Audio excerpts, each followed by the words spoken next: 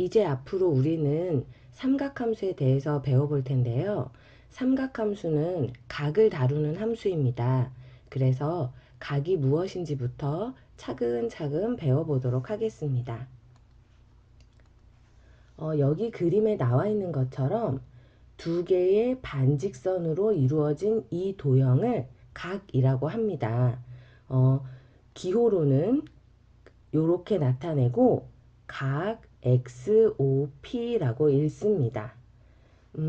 이 OX라는 움직이지 않는 반직선을 시작으로 해서 요 점 O를 기준으로 OX에서 OP까지 회전한 양을 각의 크기라고 합니다. 움직이지 않는 반직선 OX를 처음 시작하는 선이라는 뜻으로 시초선이라고 부르고 이 각의 크기에 따라 움직이는 요 반직선 OP를 움직이는 선이다 라는 뜻으로 동경이라고 부릅니다. 각의 크기를 구할 때 우리가 이렇게 OX를 기준으로 시계바늘이 도는 방향과 반대 방향, 요 방향이 되겠죠? 요렇게 회전하는 것을 양의 방향이라고 말하고 시계바늘이 도는 방향, 이 방향이 되겠죠? 이렇게 회전하는 것을 음의 방향이라고 합니다. 양의 방향으로 회전한 각은 플러스 30 이렇게 각도 앞에 플러스라는 기호를 양의 부호를 붙여서 표현하고 음의 방향으로 회전한 각은 마이너스 30도 이렇게 음의 부호를 붙여서 표현합니다. 자, 그럼 몇 개의 각이 나타내는 동경의 위치를 그림으로 한번 나타내 볼게요. 자, 60도라는 각이 나타내는 동경의 위치를 그림으로 나타내면 이 시초선을 중심으로 60도만큼 회전한 이렇게 표현하면 되겠죠. 780도라는 각도 한번 그림으로 나타내 볼게요. 시초선을 중심으로 780도는 한 번 회전하는 게 360도니까 두 번 회전하고도 60도만큼 더 올라가서 이렇게 동경을 그려주면 되겠죠. 자, 그러면 마이너스 300도라는 것도 한번 우리 표현해 볼까요? 시초선을 중심으로 마이너스니까 음의 방향으로 이렇게 회전해서 동경을 표현해 주면 이렇게 되겠습니다. 여기가 마이너스 300도. 자, 그러면 요만큼은 60도가 되겠죠? 이와 같이 각각 다른 각이지만 그림으로 표현하면 동경의 위치가 다 같은 곳에 간다는 것을 우리가 볼 수 있어요. 자, 이것처럼 만약에 그림으로 어떤 각의 동경이 이렇게 주어졌다면 우리는 이것이 나타내는 각의 크기를 이 동경이 회전한 횟수 또는 회전한 방향에 따라 여러 가지로 나타낼 수 있겠죠? 지금 여기 그림에 나와 있는 이 각도들도 60도는 360 곱하기 0 더하기 60으로 표현하고 780은 360 곱하기 2 더하기 60으로 표현할 수 있고 마이너스 300도는 360 곱하기 마이너스 1 더하기 60으로 표현할 수 있는 것처럼 여기 이 각도 굉장히 다양한 방법으로 표현할 수 있을 거예요. 이것을 360 곱하기 n 더하기 알파로 여기 n에다가는 정수를 써서 회전한 방향과 회전한 횟수를 나타내서 이 각을 표현하는 이런 방법을 생각할 수 있겠는데요. 이것을 이렇게 표현하는 것을 일반각이라고 합니다. 이때 알파는 0부터 360 사이에 있는 각도를 써주게 됩니다.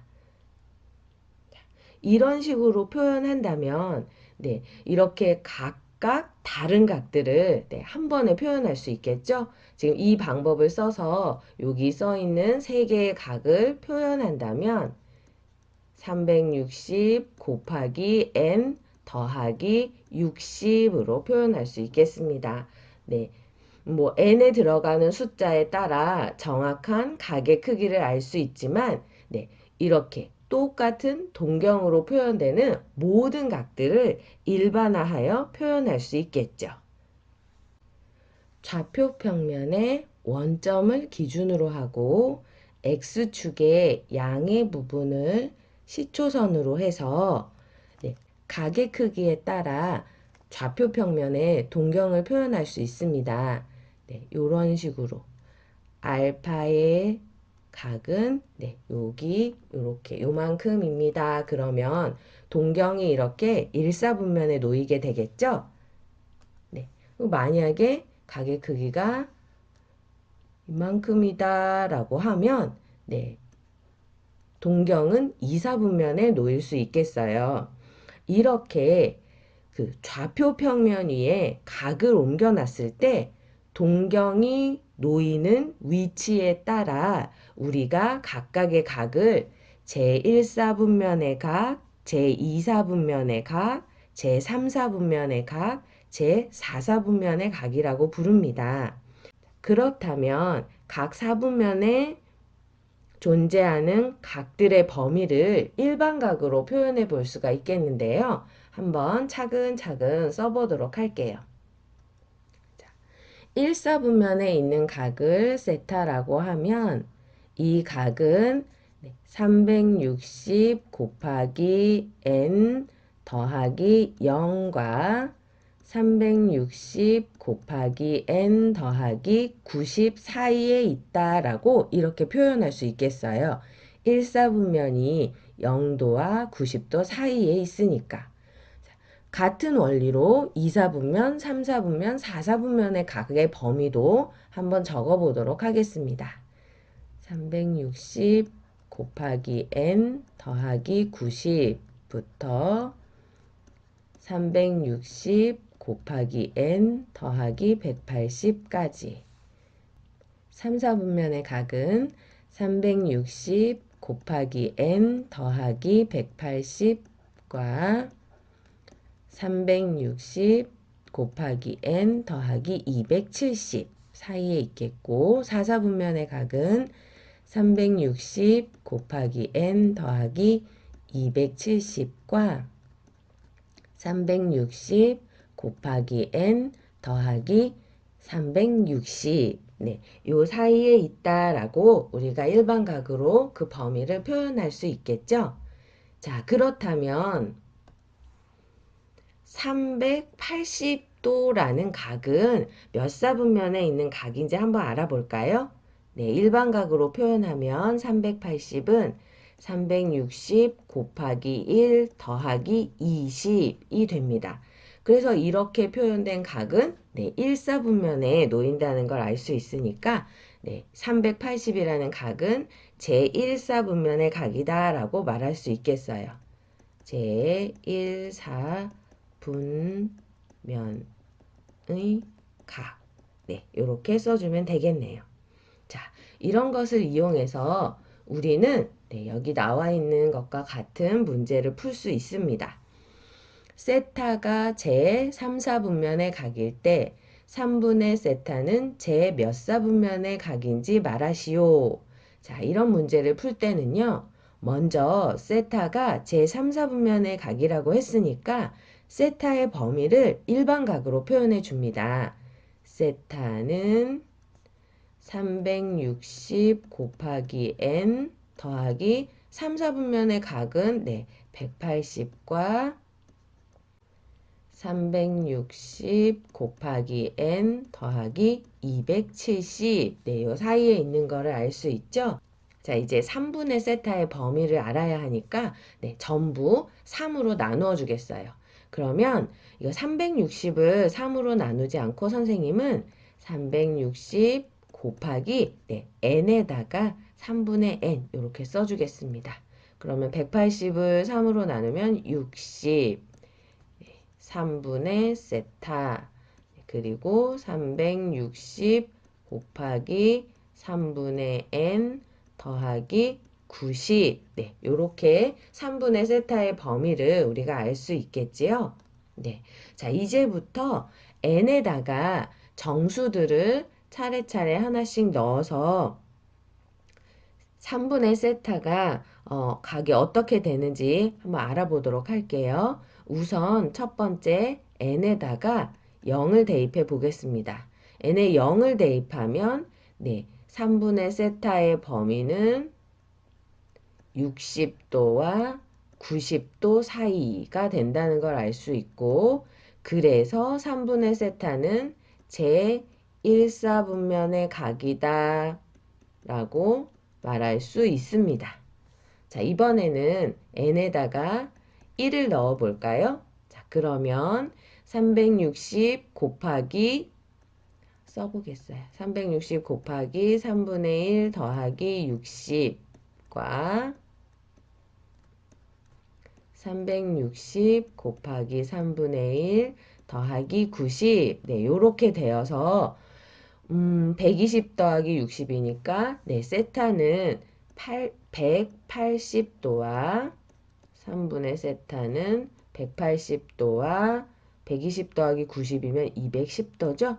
네, 이렇게 해서 180과 210도 사이면 네, 제 3, 4분면의 각이다 라고 말할 수가 있네요.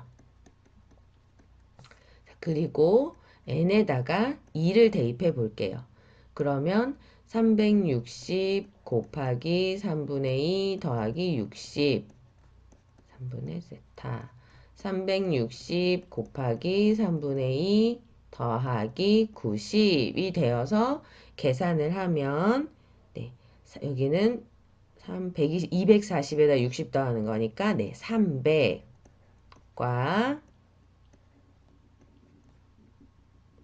330.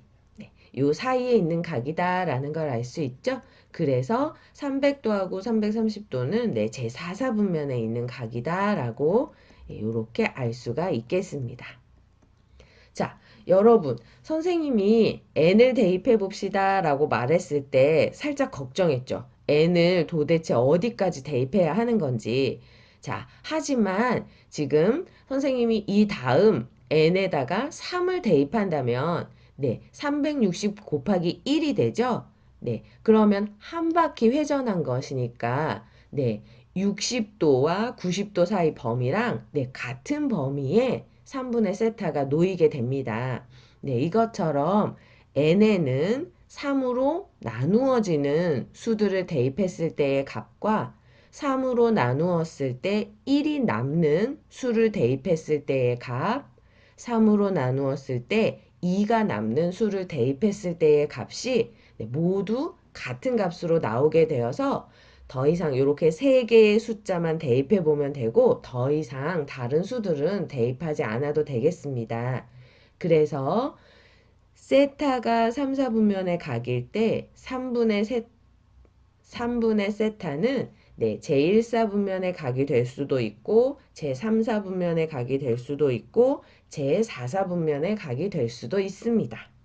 자, 그렇다면 만약에 여기 세타의 범위를 가르쳐 줬을 때 2분의 세타는 네, 몇 사분면의 각일까요? 라고 물어보는 문제가 있다면 네, 여기가 2분의 n이 되어서 네, 우리는 0과 1, 네, 두 개의 수만 대입해서 알아보면 되겠습니다. 네, 오늘 영상에서 각이 무엇인지 알아봤고 일반각을 표현하는 방법을 배웠고 각 4분면에 있는 각들의 범위를 알아보았습니다. 네, 이것으로 우리가 예전에 알던 각이 아니라 좌표 평면에도 각을 대응할 수 있었는데요. 네, 요렇게 함수에서 사용할 수 있도록 개념을 확장해 나가고 있습니다. 네, 오늘 배운 거 잘 기억하시고 다음 영상에서는 두 동경의 위치 관계에 대해서 배워보도록 하겠습니다. 오늘 수고하셨습니다.